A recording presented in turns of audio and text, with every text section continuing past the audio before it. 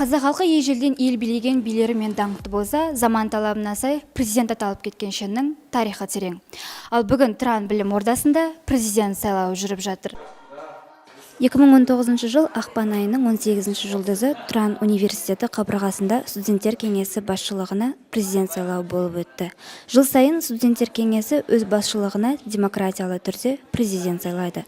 Бұл жылы сайлауға білім ордамыздың белсенді, талантты әрі дарынды 3 студенті үміт білдірді.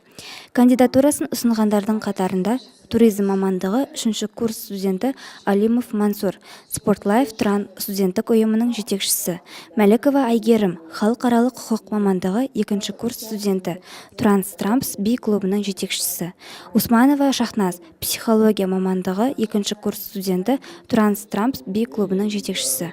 Барлық кандидаттар университеттің тек ішкі емес, сыртқы өмірінде де атсалысқан жастар. Үміткерлеріміз өз кандидатурасын сайлауға ұсынып қана қоймай, өздерінің президент постына сайланған жағдайда қандай жоспарларды жүзеге асыратынын акт залда өткен арнайы дебатта бөлісті. Әр кандидат әртүрлі әдіс-тәсілмен өздеріне аудитория жинауға тырысты. Алимов Мансур KK Групптың қолдауымен мотивациялық ролик ұсынса, Мәлікова Айгерім университет бойынша түрлі дәмділерін жапсырып, квест ретінде ойнатты. Да, я считаю, что теперь это не показатель активности студента, потому что оценки никогда не являются показателем ума.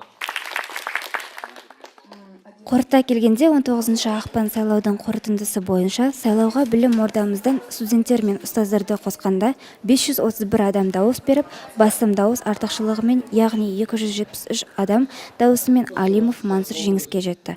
Салтанатты түрде ант қабылдап, білім орда туын сүйді.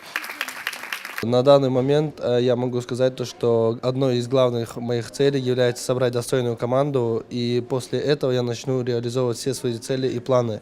Благодарю университет Туран за поддержку, за то, что предоставили такую возможность, а студентам хочу сказать спасибо за то, что избрали именно меня.